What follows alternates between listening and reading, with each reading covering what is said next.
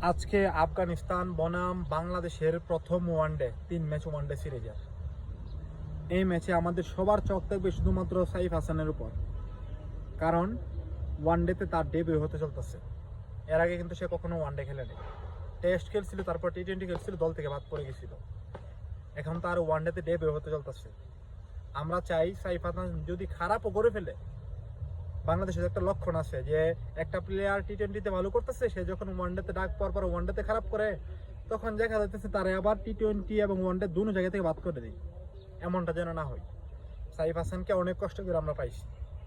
অনেক দিন ধরে এমন একটা ব্যাটসম্যান আমরা খুঁজতেছিলাম যেখানে সাব্বির রহমানের ঘাটতিটা আমাদেরকে পুরো করতে পারবো।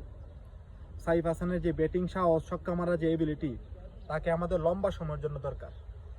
আজকে আমরা চাই সাইফ হাসান ওয়ানডেতে ডেবিউ হোক এবং দুর্দান্ত ইনিংস উপহার দেখ। সাইফ হাসান টি-20 এবং ওয়ানডে দুটো ফর্মেটে আমাদেরকে পারফরমেন্স করে দেখাক। এতে করে বাংলাদেশ ক্রিকেটের অনেক বেশি লাভ হবে।